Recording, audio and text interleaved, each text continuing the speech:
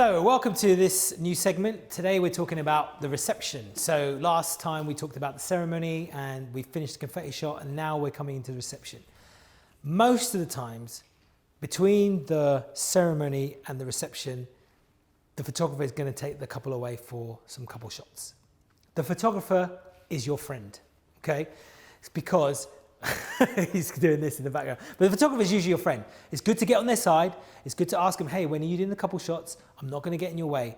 Because the thing is this, photographers need that one moment. They need the moment of the couple looking at each other. But as video, it's really weird if you have a couple just facing, staring at each other. We need movement. And the great thing is, when a couple's moving from one section to another section, encourage them to keep holding hands, encourage them to stay in the moment. When they're in those little in-between moments, we can film all those things and we can film it really creatively, right? And for video, we don't need loads and loads and loads and loads of couple stuff. We just need enough to carry the video, the story that we're showing, because there's so much going on throughout the day where they're together, vows, the rings, the cake, first dance, speeches. So we just need a few couple shots to round it all off. So we've got a couple. Imagine we are now, for the magic of imagination, in our ceremony, on our reception venue, and Cam, our photographer, is now going to be taking photos of the couple. So pretend, Cam, that you're over here, and he's asked you to just... Please don't move. Don't move. Please don't move. So imagine he's asked you to just kind of hug each other or face each other. So you kind of just hold each other that way, okay? So now he's shooting. Now, as he's shooting, they are naturally talking to each other. He just needs that spot. I don't want to get in his way, but I don't need the same shot that he has. So I could shoot him here. Look, so they're moving around. That's fantastic. So I'm going to shoot Pat looking at Faz. I might then come over here, again, using clear image zoom in on their hands, and they've got a little bit of hands going on. I might then shoot Pat a bit close up, looking at Faz longly and adoringly and fantastic, and the photographer's moving around, and then I probably want to get Faz's shot. Now, if the photographer is shooting here as he is, I'm just going to go under him or go behind him, and I'm going to shoot Faz over the shoulder this way. This way I'm not in the photographer's line of view, I'm not getting in his way or her way, I'm not annoying them, but I'm getting everything that I need, okay? And I'm getting all those shots. And when you cut that together, Pat's face, Faz's face, holding hands, and now let's pretend the photographer says, can we go over to the tree over there? So guys, can you go over to the tree over there? Now, hold a second, stop a second, guys. As they're walking, I'm going to tell them beforehand, stay in the moment. So guys, stay in the moment. Now they're walking, so I'm going to come over here, and I'm just going to get them walking over and looking at each other. And again, that's nice coupley stuff, okay? So guys, come back a second. So let's imagine now we're in a new situation now. So guys, you're just gonna face each other again. This could also be a nice time to get some B-roll of the dress. So maybe you didn't get a chance in the morning. So as they're just holding hands, I'm just gonna be filming details of the dress. I'm gonna be moving it slowly down. So here I can move it slowly down and just get details of the dress. I'll keep my camera rolling just in case. I'll come across. I might then get details of Pat's suit and so forth, etc., etc. Look how his thumb's rubbing her hand. Little things like that where I can just focus on, just to show those tender moment touches is really nice. And then we can kind of get creative. So now maybe the photographer's here. I can get now a wide shot of them two just together. Yeah, fantastic. And then maybe I can come in and down and get another different angle and shoot them. Get a little bit closer in, guys. So that naturally they would move. Obviously, there's not a real couple, so you know they're not all over each other. But imagine they're just married. They haven't seen each other all morning. They've been looking for this thing for like a year. They are going to be ecstatic and having a great time. If not, you have to question why they get married. So like they're now looking at each other and they're there and they're just having some time together. And that all took a minute. That could happen in real life. You might just get 5 minutes. That is probably enough for most wedding videos for coupley stuff. If we get more than that, it's a bonus, but don't feel like you have to get hours and hours and hours and hours and hours of couple stuff, because otherwise it gets a little bit too boring, right?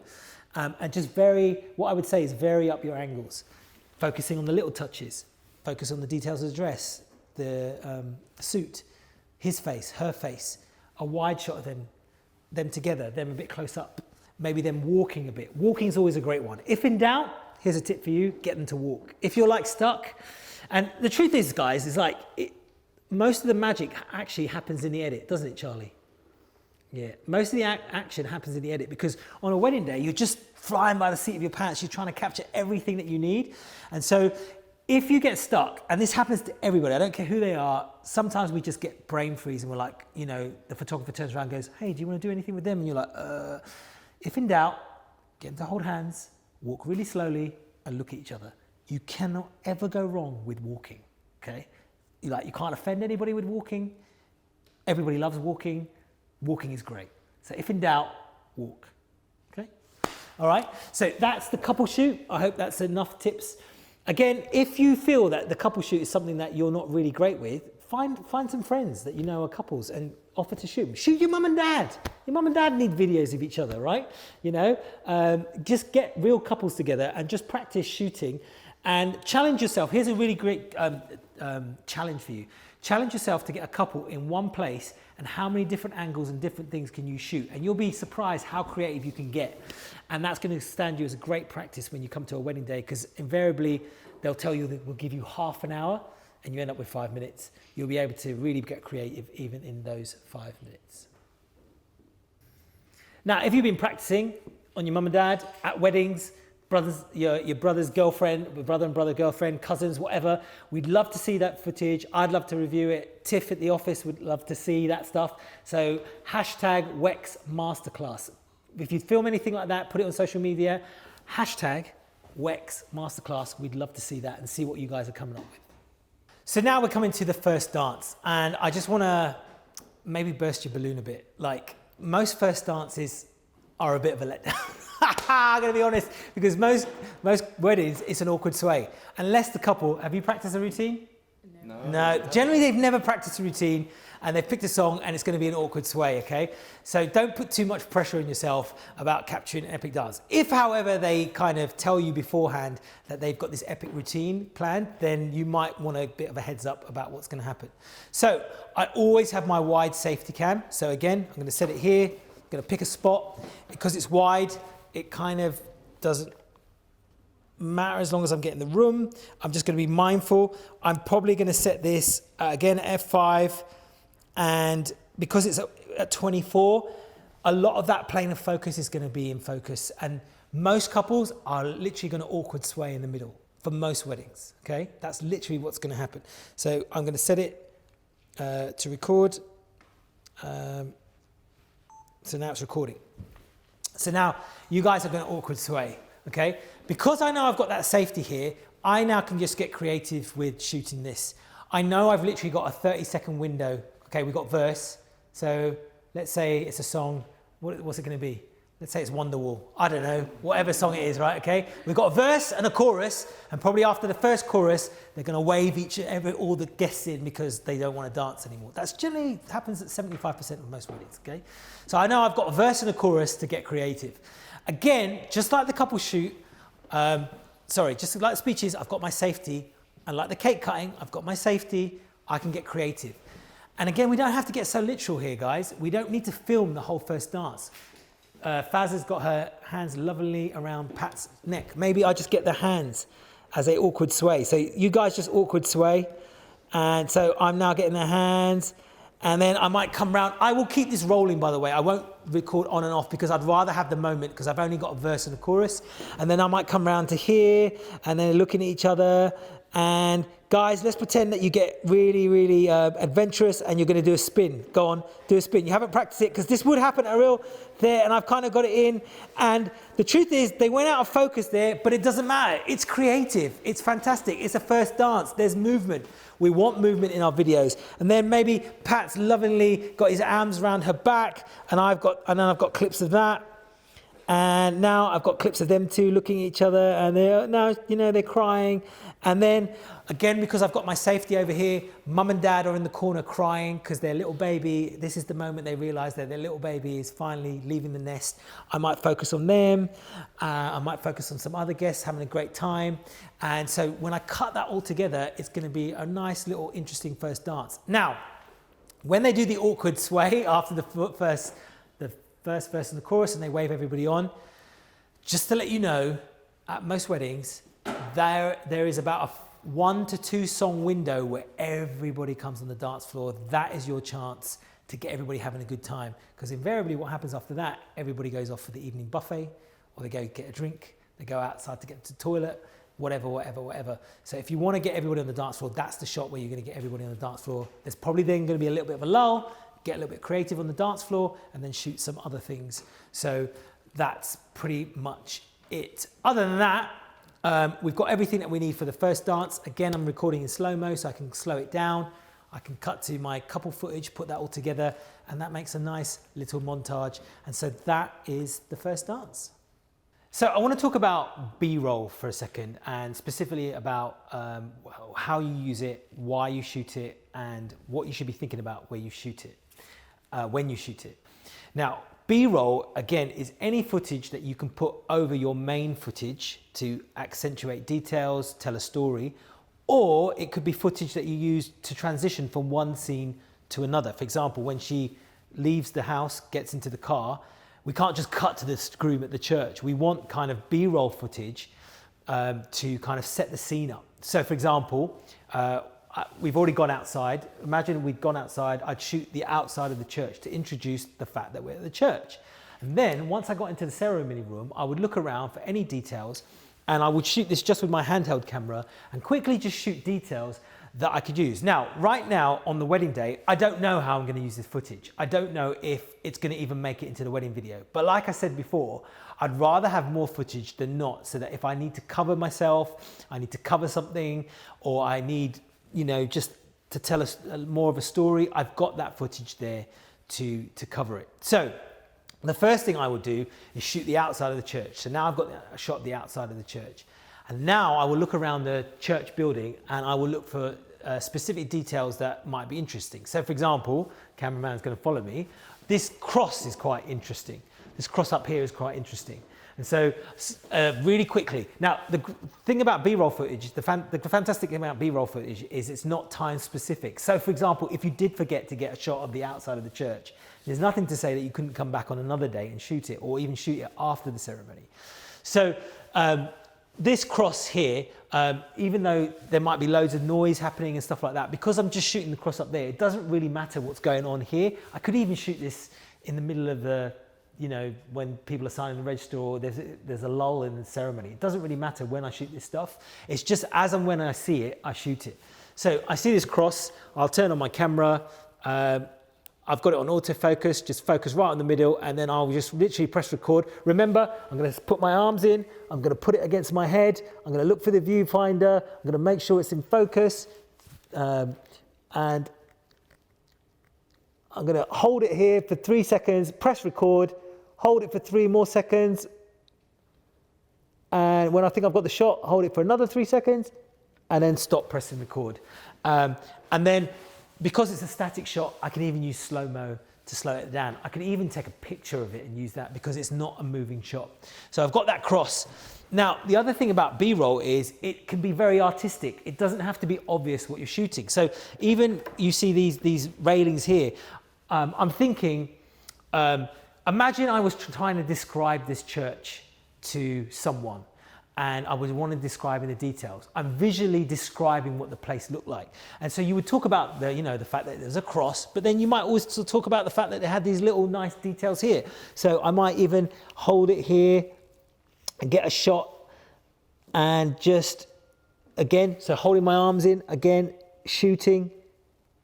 And I might even rack focus. So basic rack focus is I would manually focus on maybe one of these ones here and then move the focus over here. And because I'm at 1.2, it looks really arty and it looks really nice. And I'll show you what that looks like. So I'm focusing on one here, and then I'm just slowly moving focus to another one.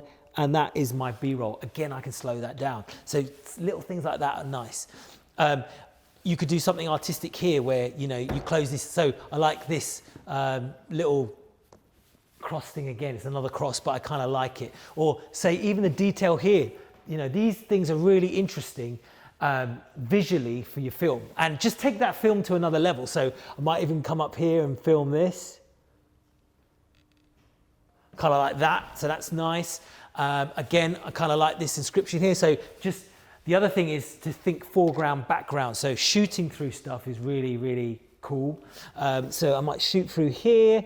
Again, focus on the foreground and then slowly rack focus and forward. So that's kind of nice. And so even this little area here, I've already got 1, 2, 3, 4 little filler shots that I could use. But then when we come here, this is even more visually interesting. So again, we're going to be shooting things. So we've got these lovely flowers and trees. They're not trees, they're plants, you know. Sorry about that, but you know, they're here. But pretend that the couple haven't even got to this kind of effort, right? We've still got like this nice cloth here. We've got this table. We've got these nice inscriptions. We've got these gold elements at the top. This is all stuff that you can be capturing to make your video way more interesting. You know, you can get creative. The great thing with, you know, these flip out screens is I can hold it, and I can hold it at an angle that I might not even have thought of. So I could be holding it down here, and you know, this is really like, why not even like, what happens if I do this? That's kind of arty. It's kind of different. Again, shooting little elements, keeping a little bit of mystery makes it really kind of interesting. So now you can shoot, you could keep the camera rolling.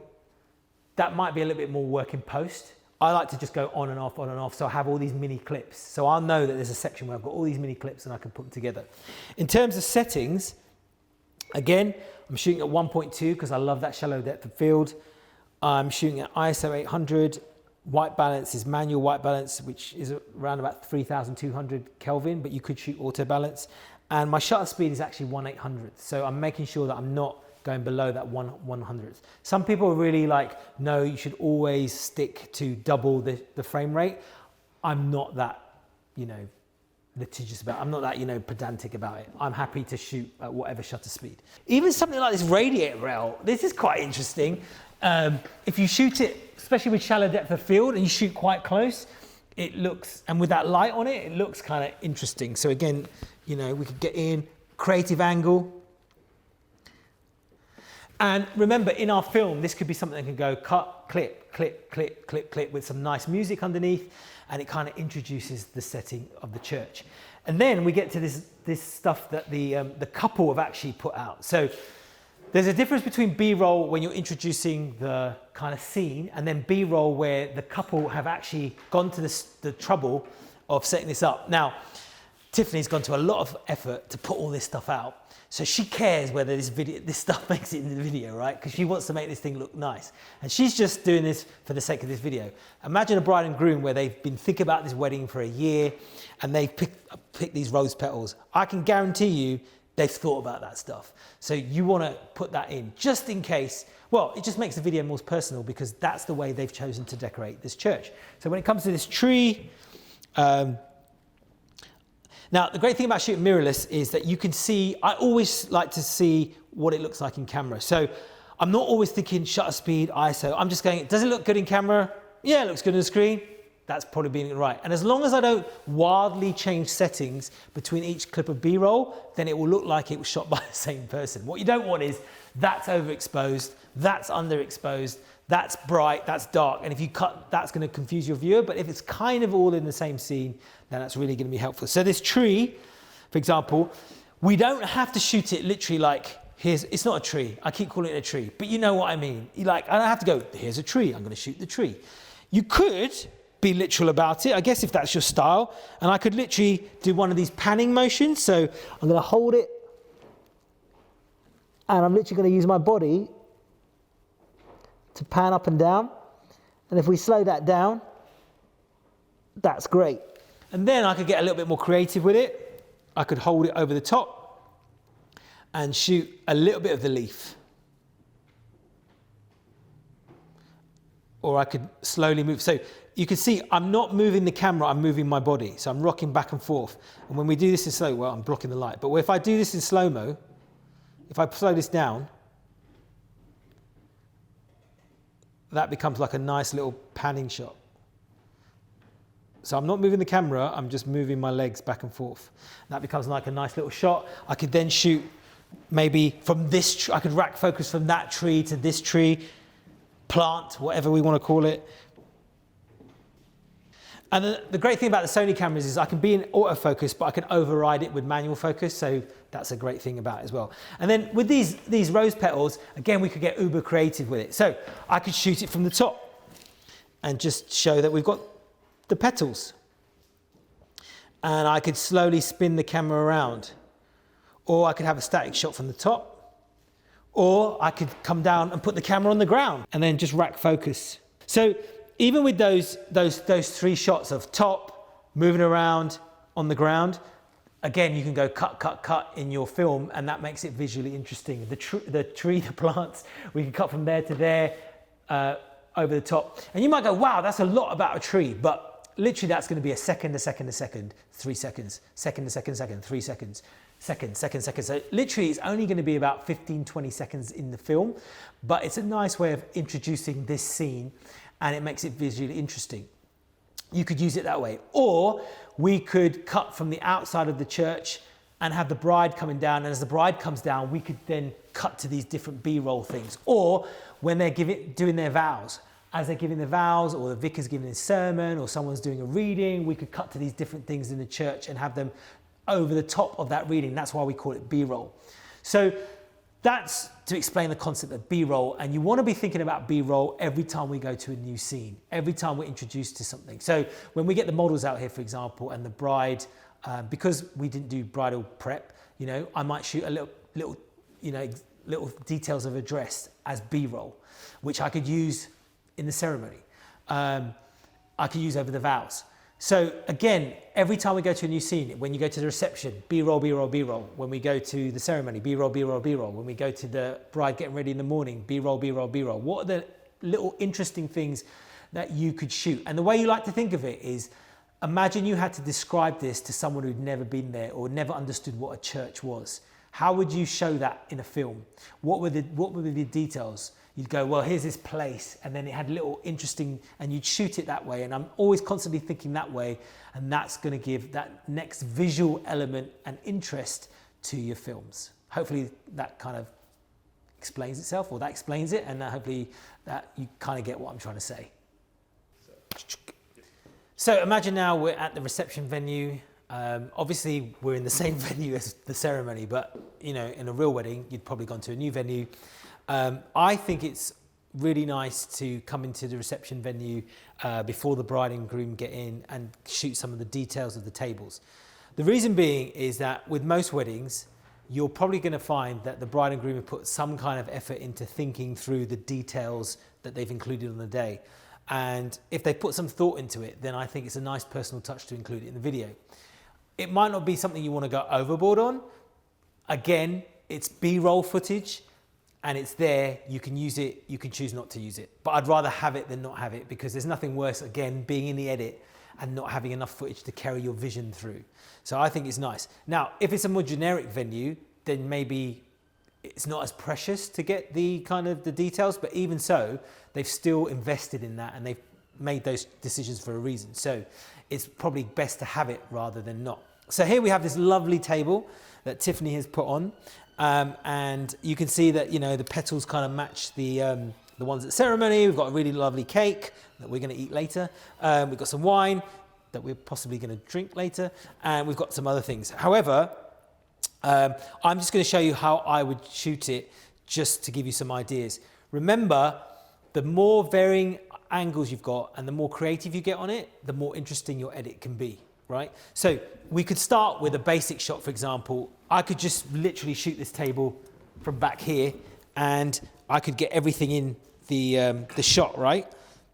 And that's one way of shooting it. So, I've got a wide shot of the whole table, but I think it's then nice to come in and shoot little things a bit closer up. You can also see that the candles haven't been lit yet, and later on, I'm going to show you, sometimes it's nice to get some action footage of someone lighting them. So, venue staff, today it'll be Tiffany, she'll be lighting it, and we can film that, someone pouring wine. Again, that might be once the guests are sitting down, they're pouring wine, you can film all of that kind of thing. So, I've shot the wide of it. Now, I'm looking at the little details, because I'm imagining, like, for example, these nice little place settings, they're matching the little details here. They've probably thought that through. These all match. They've probably thought that through. This all kind of has a color scheme. So again, they've probably thought it all through. So it's nice to shoot those little details. Because I've got the wide, I can come in now and be a bit more artistic. Again, because it's B-roll, I can just muck around with it. I can shoot it that way. I could come down and maybe shoot it here. Again, it's nice to have that movement in. So if we're going to have movement in, again, remember I'm moving my body. So I'm not moving the camera back and forth. I'm moving my body back and forth and making sure that all times, and again, always remember shooting in slow-mo. So I'm here now and I'm just moving it forward and backwards, and it's on autofocus, so it's capturing it. My settings at this moment is ISO 800, shutter speed 2150. I'm at HD 50. So let's say I want it to be right. I should be shooting at 100. So then I'd put the ISO down. The white balance is the same because it's the same ceremony venue. So I'm shooting that again. So again, I've got different things that I can use in the edit. And then this cake is really nice. And this is something where we can get, again, because we've got the flip out screen, we can get a little bit artistic on that. We could do a little rack focus. We could shoot the top of the cake just to make it interesting. And again, I could do a push in, push out. And then maybe I might shoot a little bit more detail here. Again, I'm just giving myself options. And then you've got the flowers in here. So again, this could be another detail we could shoot. So the great thing is with settings, because it's all in the same light and it's all in the same room, once I've set my settings at the beginning, I don't need to keep changing it as I go around the table. I'm not even thinking about that now, so it's all set. So now I can literally just concentrate on being artistic. I might shoot that here. Then, like another move that you can do is if you lock your arms in, you can use your feet to just slide back and forth, and that kind of mimics a kind of around shot, again using slow-mo. That's pretty cool. And then I might shoot the whole table from here and just pan across. The other thing that you can do is, because this is 1.2, and again I like that bokeh, is that you can even shoot it out of focus.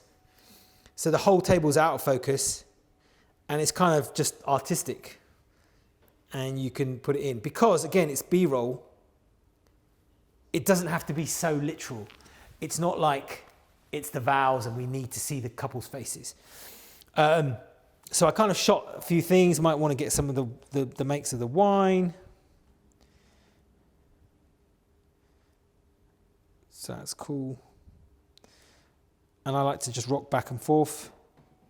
Again, when you slow-mo that down, that's pretty cool. Or I'll shoot it still. And I've got it there.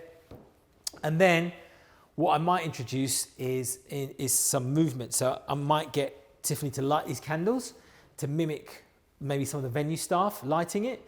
And that's always a great, nice action shot. Again, I can go out of focus, so that's kind of artistic. So if you could light that, Tiff. And then come into focus as she finishes. And now it's lit. That's kind of a nice shot, just like that. Now, a couple of things. I've got my zebras on, and zebras are a setting that you have in your camera to show you if you're overexposing.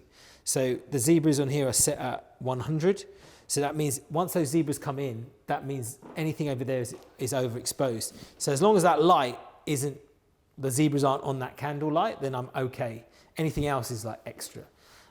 So if those zebras come on, then just be wary. If that's something that's a highlight that you don't really care about, it's okay.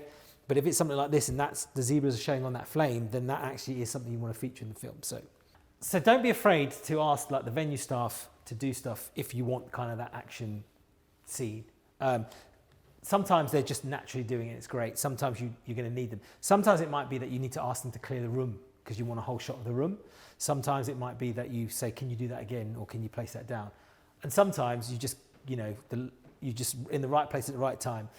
Depending on what type of video you want to shoot. Do you want to shoot them setting up some people like to include that in the wedding videos, some people don't.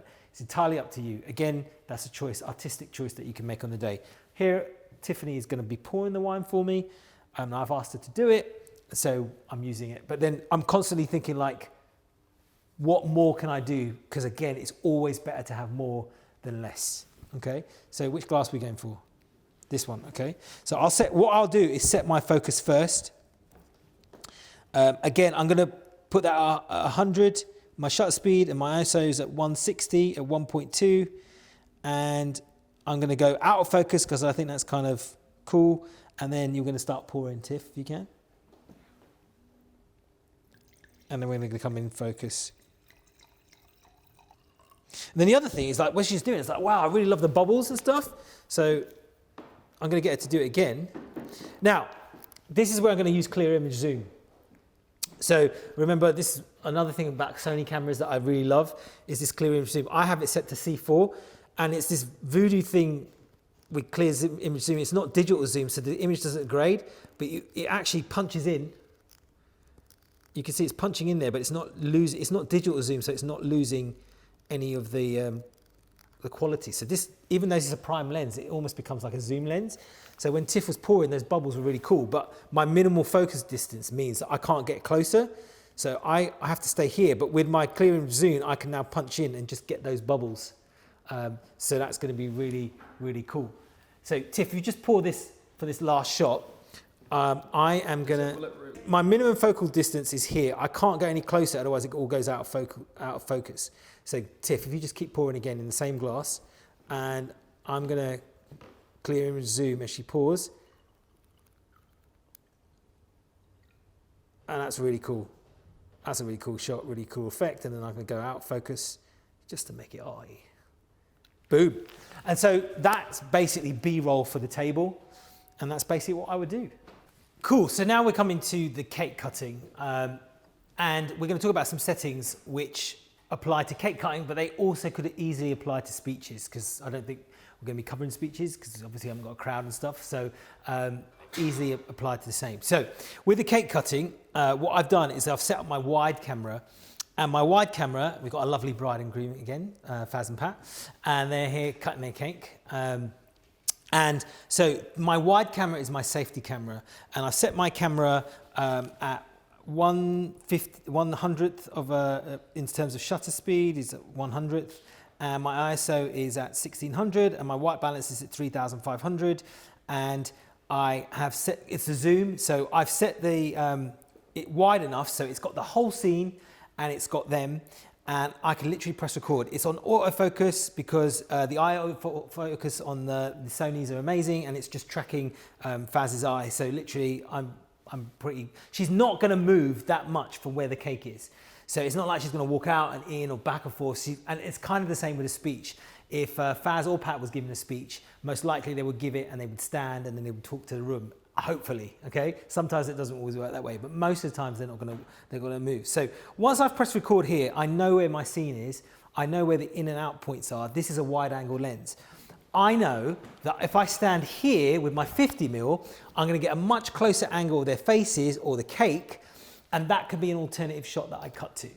And that will just make it more, something like as normal as a cake cutting is going to make it way more interesting again in the edit. And it just makes it look like you've got two cameramen and look like a boss, right? And that's what we want when you're cutting your films. Again, if this was speeches, I could have the wide, if Pat or Faz was giving the speech, and then I could film here to get their faces. I could then move around and get reactions of people. So if we had a crowd here, I could get reactions of people knowing that this is getting the main thing. Most of the times with couples, they just want to make sure that everything's being captured. Sometimes we get it in our heads that something is more important to us than it is actually to them. So if something like a cake cutting, yes, it's great, but I've never, over 500 weddings, ever had a couple complain that the cake cutting shot was too wide, it was too close, it was too narrow, it was too creative. So I know, like, I can take a few risks and liberties here and it's fine. It's the same with speeches. As long as I deliver this wide of the cake cutting, as long as I have this wide of the speeches, I can get as creative as I want with this one because this is my Stacey shot. So I'm going to press record here. So now I know it's recording. And you guys are going to mimic a cake. This is your wedding cake cut, guys. Like, aren't you excited to eat this cake? Very. So I'm excited to eat this cake. Right, you do not know how long it's taken for this cake to get here. I'm excited to eat this cake, right? So you guys are gonna cut the cake. Now, here's another thing, a point, right? Some people like to be totally documentary in terms of your approach, in which case I would never direct the couple. I let them cut the cake. They might be awkward as they cut the cake. They might slam the cake into each other's faces. I'm just subliminally suggesting. They might want to feed each other. If you're a documentary, I'm not gonna tell them what to do. On the other hand, if you want it to be more posed, one trick that you can do is you can get them to fake cut the cake. So what do I mean by that? It's like, all right, what will happen is the couple will be behind the cake, the DJ will call the crowd over. The crowd take a while to come over. And so I might say, guys, just pretend to cut the cake. So look at the cake and get in there and, just pretend to cut it. That's it. And look happy. And now I'm just filming them. I might be filming the knife coming onto the cake. I might be filming the cake up close. Now look at each other, guys. I might be looking at them. And then when that cuts to that, I've got them looking at each other smiling and I'm cutting to there. It's not a real cake cut, but I've got the option. So those are options. But we're going to pretend that it's a real cake cut. We're here. Are you ready to cut the cake? There's a lot of pressure because once you cut that cake, I'm allowed to eat it. Really important point. You will have a photographer at a wedding, right? And he might want this spot here. My job is not to get in his way. So I've set up my camera so he knows he can shoot. Cam, you're going to shoot? Cam's our standing photographer. This is the shot that he wants. The beauty of this is my wide camera's there and I can shoot around here. I don't need that shot because they're delivering that photo. So I don't need to get the exact same shot that he's getting. I can get something creative. Now, honestly, if Cam was a family member, are you that Uncle Bob, Cam, or are you the professional photographer? I'm a guy, yeah, Uncle Bob. He's Uncle Bob, right? If he's Uncle Bob, he's probably a family relative. He's probably that family relative that always takes photos at weddings. So why not capture him getting the wedding? Because it might be part of the story in the video. If he's the professional photographer, I don't want him in the video. But as he's telling them to smile, as he invariably will, I will use all that for footage that I need, okay? So, are we ready to cut this cake? Yes. I'm very excited to find out what flavor this cake is. Hopefully it's not rhubarb, because I'm not a fan of rhubarb cake. All right, are you ready, guys? So my wide is on. I know I've got the safety shot. I'm not worried at all. I might just get some hands. So, all right, ready? So now go, cut. And they're cutting into the cake, and then I'll come up. Okay, and cheers, guys. Yes, looking at each other. And so don't forget, from before, I've got them smiling at each other. I now got the hand shot. I now got the wide shot. When I cut that all together, it's going to look like, wow, 3 different angles. And that's going to be really, really cool in terms of your edit. So that's how I would shoot a cake cut. It's exactly the same if I was shooting speeches. This would be my wide. Cam or Faz and Pat is giving their speech behind the table. Uncle Bob over here is my audience member who's laughing at the speeches. All right, cry.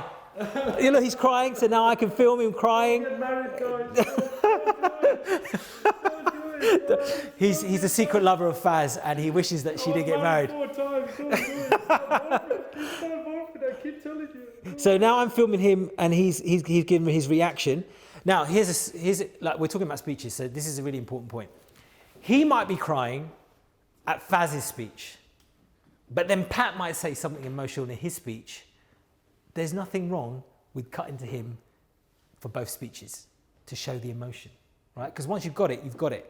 And you don't need, like, it doesn't, because it's video and the magic of editing, we don't necessarily have to make it literal. So I could get you now laughing. Of course, I would never ask a congregation member or audience member to actually laugh. But the point is, if I capture him laughing and then Pat tells a joke in his speech, I can now cut to him, and that's pretty cool as well. Now, I've got the liberty of walking around the room and capture everything that's interesting because my wide angle shot over here, my B cam, is my safety, and it's capturing anything that's happened. So I know that I've got all that, and that's my safety, and I know I can get creative with this. So that's really important. That's a good thing to think about. And the only other thing you might want to think about is where you place this B cam. Tell the photographer, please don't stand in front of my camera. Tell guests, hey guys, please stand behind this camera. Feel free to take charge at those points just so that they don't stand in front of your camera. So that's the cake cutting. What flavour is it? I think it's chocolate. Chocolate's my favourite. So we're gonna go to the next section, and in between, I might get some cake on my face. So cool. So that's hopefully wrapped up all the practical elements of shooting, and hopefully you've learned a lot and take away a lot as you go and shoot your first wedding. Before you go, I just wanted to give you 5 tips. If you're really thinking about getting serious about this and becoming a wedding videographer, 5 tips that you could take away and apply that could be somewhat practical, that I would give myself if I was talking to myself, you know, when I first started on this journey. My first tip, if you really want to become a serious wedding videographer, would be passionate about what you do.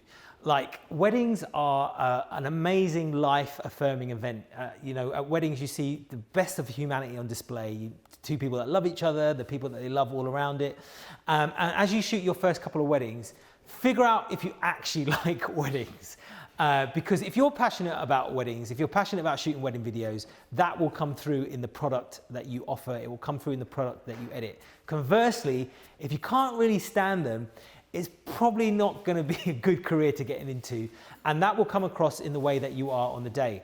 And I can't stress that, you know, weddings are also very personal as suppliers. We're quite close to our bride and grooms, and we're with them all day. And if you're passionate and excited and really love what you do, you're going to be a joy to be around on the wedding day. And I'm going to be honest, you know, an okay wedding video, but with you know, someone that was really nice to be around on the day, that's only going to make that product better. Versus you could have an award-winning film, it could be the best film in the world, but if you were a bit of a drag on the day, they're going to think about that and remember that when they watch that film. So you've got to figure out if you're going to be passionate about it. And if you're passionate about it, I promise you, your couples will be passionate about it, and you'll be just a kinder, nicer person on the day. And we have actually booked weddings on a wedding from guests who were there just by how we acted on the day, and we were just friendly and nice. So yeah, you know, number one, be passionate about what you do, be passionate about your craft. The second tip I would say is, if you're going to invest in equipment, invest as much in developing your craft. What do I mean by that? It's amazing, like, cameras are expensive, lenses are expensive, but the best camera doesn't necessarily mean that you're going to be a great videographer. And what you need to become a great videographer is actually understanding the craft, learning your craft. So invest in workshops. You're investing today by watching this, that's fantastic, but you might want to invest on some more online courses, or one-to-ones, or mentoring, or going to conferences, because a brilliant videographer, someone who understands light, moment, composition, with an okay camera can produce something way better than someone who doesn't understand any of those things, hasn't practiced, and then shoots with a brilliant camera. Right, Charlie? Yeah, see? And Charlie knows. So invest in your craft. The third tip that I would go along is practice, practice, practice. And if in doubt, practice some more. You've all heard of well, maybe you haven't, but there's the 10,000 hour rule. The idea to become proficient in something, you need to do 10,000 hours. Now, I'm not saying you need to do 10,000 hours before you shoot your first wedding, but it would be weird if, for example, a musician or an athlete only kind of performed or did their music or did sports on the actual game day or the concert. That wouldn't make any sense. Most of the times they're practicing before, so that when they get to game day, when they get to the concert, they can do the thing that they've been practicing. And it's the same with us. When I first started, I wanted to have that camera and force myself to have that camera in my hand every day. I wanted to shoot. I wanted to understand how my camera worked. I wanted to understand the limitations of my camera. I wanted to understand what different focal lengths did. And the only way to do that is to keep shooting and shooting. For example, things we talked about today, like slow-mo, white balance, frames per second. To really understand those things, you need to shoot. But the thing is, you can't shoot a wedding every day, but you can shoot life. You can shoot your kids, you can shoot projects, you can shoot parties. When I first started, if someone had a party, I was the guy with the camera. When my kids were going to school, I was the guy with the camera. If anything was happening in our family, I was the guy with the camera, because I wanted to mimic what it felt like shooting under pressure and having to deliver something. And I'm telling you, those hours really made a difference when it came to shooting the wedding for real, because when the nerves kicked in, muscle memory was there. I can get back to that. The fourth tip, we're on the fourth tip? Yeah, fourth tip is, when it comes to wedding videography, you need to understand that your editing is equally as important as your actual shooting. So we haven't covered the editing side in depth on these courses, but your going to need to understand that to develop your own personal style, editing is going to be just as important as shooting. So the amount of time that you invest in shooting, invest in understanding editing, understanding story, narrative, understanding how to cut, the practical things of cutting up speeches, cutting up music, choosing music, selecting music, putting music with vocals, how to cut fast, how to cut slow, understanding how story works. Stuff like that will all go a long way to developing your style and having a standout style that really resonates with people, as opposed to, being a great shooter and then not understanding editing. And then my last tip, if I had to give you one, is just be kind. Yeah, just be a nice person. Like when you first start out on this journey, especially when you're shooting weddings, to make a successful wedding, there are a lot of different suppliers involved. There are a lot of people who have put a lot of time and effort. So just go out of your way to be a kind, nice person on the day. Maybe you shoot some footage of the flowers, offer it, and if the florist asks for some footage, offer it to them. Maybe there's a performer and you shoot that and they want it, offer it to them. Maybe there's a fee involved, maybe there's not. Just be the kind of person that, on the wedding day, nothing is too much for you to do, within reason, but go above and beyond, and just be nice to everybody you're around, to people that you're interacting with, or, guests on the wedding day, the couple themselves, the chauffeur who takes the bride today. You never know from those little conversations the opportunities that arise, but more than that, you're not always looking for an opportunity. Just being a nice kind person, putting that energy out into the world, you are going to reap some of that back. And so that would be a really important tip. You don't want to be that guy who's just about me on the wedding day, or girl who's just about me on the wedding day. So being kind is really, really important. So that kind of wraps up this whole course. I hope it's been informative. I hope you've had some fun. I hope you've learned some things. I hope it's stirred some things. If there's things in here that stirred your interest, go away and research them some more. We want to thank the whole team for putting this whole thing together. I hope you've enjoyed it at home. Thank you for watching. Also want to thank Sony for sponsoring this whole thing, putting this whole thing together. And want to say finally that, as I said, weddings are fantastic. They're really life-affirming events. The great thing about putting wedding videos together is they're one of the few things that after the wedding only go up in value. You are documenting history. They are going to be watched again and again and again. The couple are going to be so thankful because they're not professionals. So the thing you provide actually does matter and goes way beyond just providing a service. So enjoy it. Enjoy the journey, enjoy the progress. I hope you've enjoyed it. If you want to check out myself, I'm Mick Shah. Me and Ash, we run Mickey Studios. You can check us out at www.mickey, that's M-I-K-I studios.com, or Instagram at Mickey, M-I-K-I photography. Other than that, I hope you've enjoyed this. Hope to see you around, and be blessed.